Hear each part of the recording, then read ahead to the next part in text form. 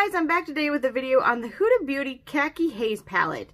So that is what the front looks like. It's got a really cool green, like see-through clearish, but still pretty opaque packaging. The cost is $29.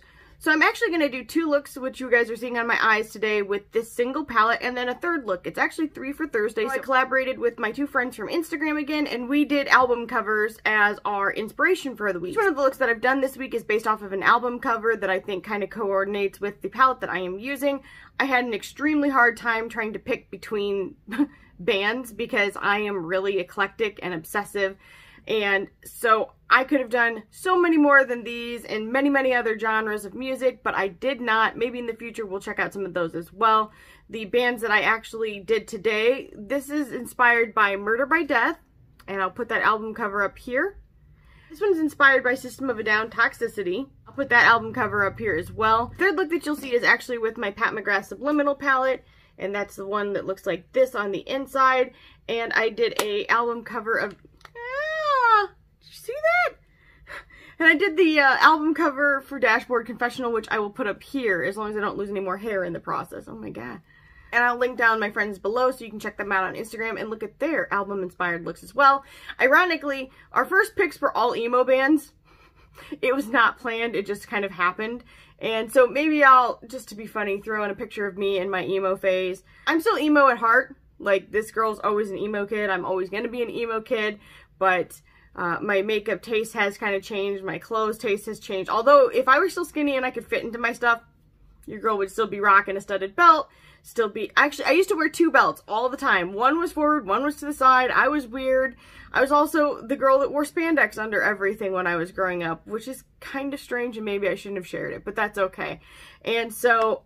I love my emo music, but I don't only love my emo music. I actually am a huge fan of many music genres, like I said, and so it was a tough pick. Originally, like, one of my favorite bands is Cursive, and a lot of you probably have not even heard of them, but I love them. They are a true emo band, and they're amazing. They have all of the feels of my life within them, and actually, both of the girls that I collab with picked bands that I would have easily picked, and CDs that I would have easily picked because they're really good.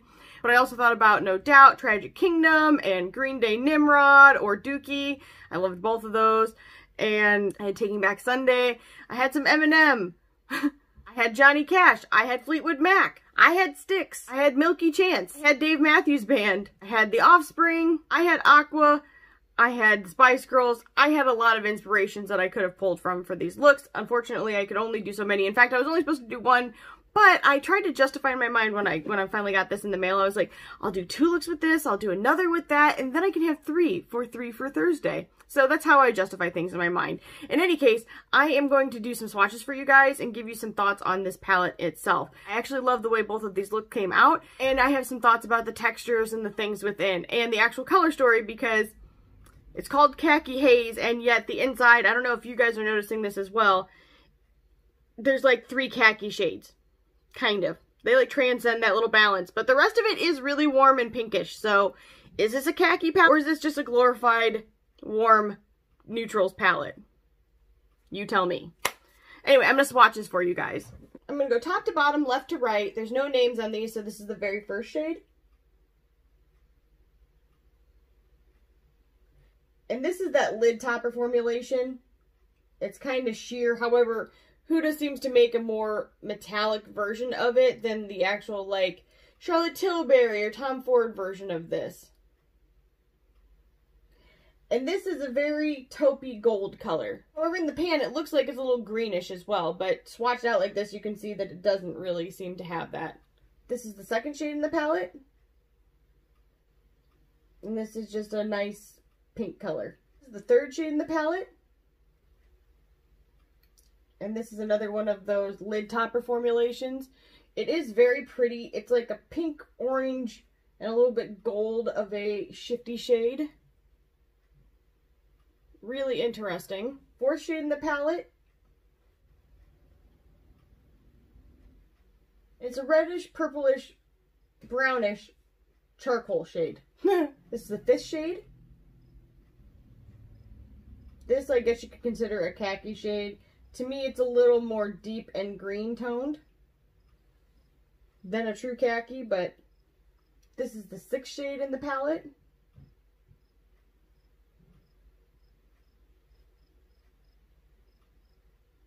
And it's a really pretty brown with gold reflex in it. It does on the camera look a little bit more green like it does in the pan. It's again that same kind of topper-ish formula. This is the 7th color in the palette.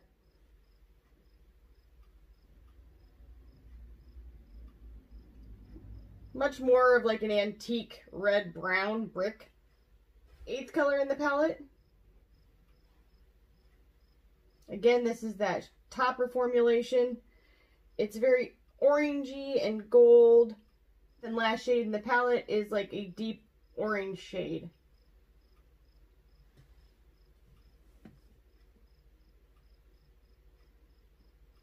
In a way, part of this gives me Colored Rain, Safari Rain vibes a little bit. Minus these like pinkier shades up here. Minus these two actually. The rest of this is definitely giving me Safari Rain vibes. Tell me if you guys agree. Anyway, if you guys want to see how I got both of these looks using this palette and my final thoughts and my third look with the Pat McGrath palette, just keep watching.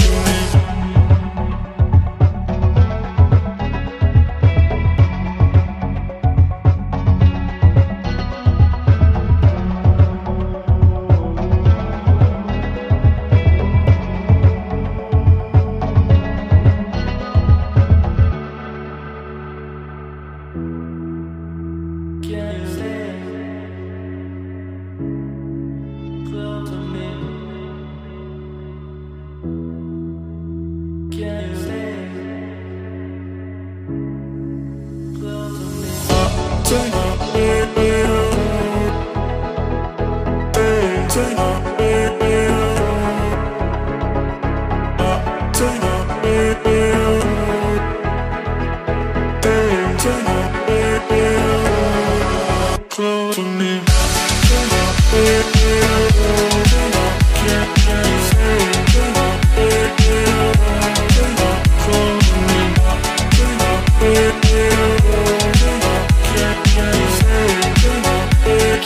Stay close to me.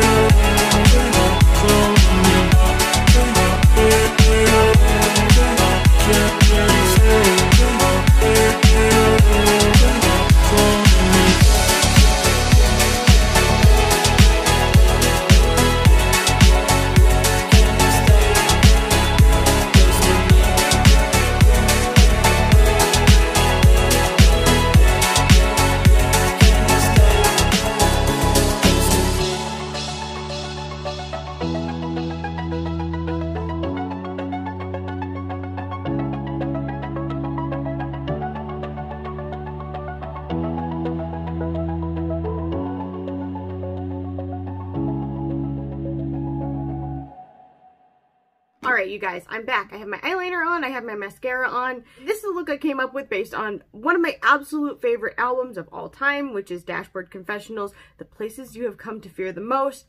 I cannot count the amount of times that I have sang it at the top of my lungs like a crazy person because it just is my soul put into words, onto paper, onto print, and vocalized for our listening pleasure. So I tried to take the shades from the album cover that I could and come up with this look, which I actually, despite not liking blue, really, really like how it turned out. Something about Pat McGrath's makeup, and I've said it before and I'll say it again, that is extremely classy, but it's glam classy. So I feel, okay, number one, my face and my t-shirt don't make sense together. If I had anywhere fancy to go, boom, I could throw on a really nice dress and leave the house with this, and this could be a night out on the town, which will not be happening. I feel like this is one of the most beautiful palettes. And it's weird because it took me a while to even get this palette because I was like, nope, I don't want blues, I don't want the grays, I don't want the cool tones. No thank you. And it's one of my absolute favorites of her palettes. I will never get rid of it. It is a timeless classic. Alright, you guys, I'm back. I have my eyeliners on, I have my mascaras on, I've done all three looks, and I am here for some final thoughts.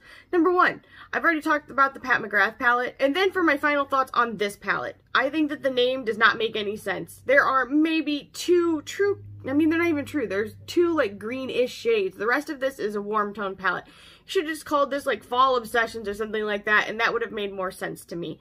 This is a glorified warm palette. The formulation is okay. I did end up with looks that I liked really well. I didn't like it as I was using it. However, I do like how it turned out. So I guess at the end of the day, that's what matters the most. But I would have to say applying it, I wasn't as impressed as I would be with many, many other brands. But the price is pretty good for 9 shades for 29 bucks. That's not awful in all reality. The topper formula drives me bonkers. I'd much rather see a foiled metallic that is able to have these kind of shifts than a weird topper formulation. It drives me nuts. I can't pick it up at all with a brush. Like, I tried a few different brushes. None of them were picking up. I had to use my finger, which I don't mind. But it is kind of irksome a little bit because my fingers are kind of fat. The matte shades were hard to build up. Like, they kind of kept just disappearing off my eyes. Now, I did finally get it to where I needed it to be. So there is that. Maybe I'm just being too critical about it because I was kind of expecting more of a green tone palette, and then I got this warm bundle of joy. It's not a bad palette. I think that if you don't have a lot of warm tones, or if you like Huda Beauty's formulation, you will love this palette and you should definitely pick it up. I think that if you were expecting something a little bit different, that you will also be disappointed with it like I was. And maybe I'll get my husband's opinion and see if he likes it or not, because I do very much like how the final looks turned out. With that being said, I hope you guys really enjoyed 3 for Thursday, got some inspiration from the looks, or even are now interested in checking out some different bands that maybe you haven't heard of before, or maybe you have and you love them and you're gonna be like, yes, I totally am with you, or maybe you're gonna be like, those bands suck and I can't stand it. And that's okay too. In any case, I'm gonna have the other 2 girls that I collaborated with linked down below, and if you like this video, make sure you give it a thumbs up, put a comment down below, subscribe, and ring the bell for future updates, and I'll see you guys in the next one. Bye!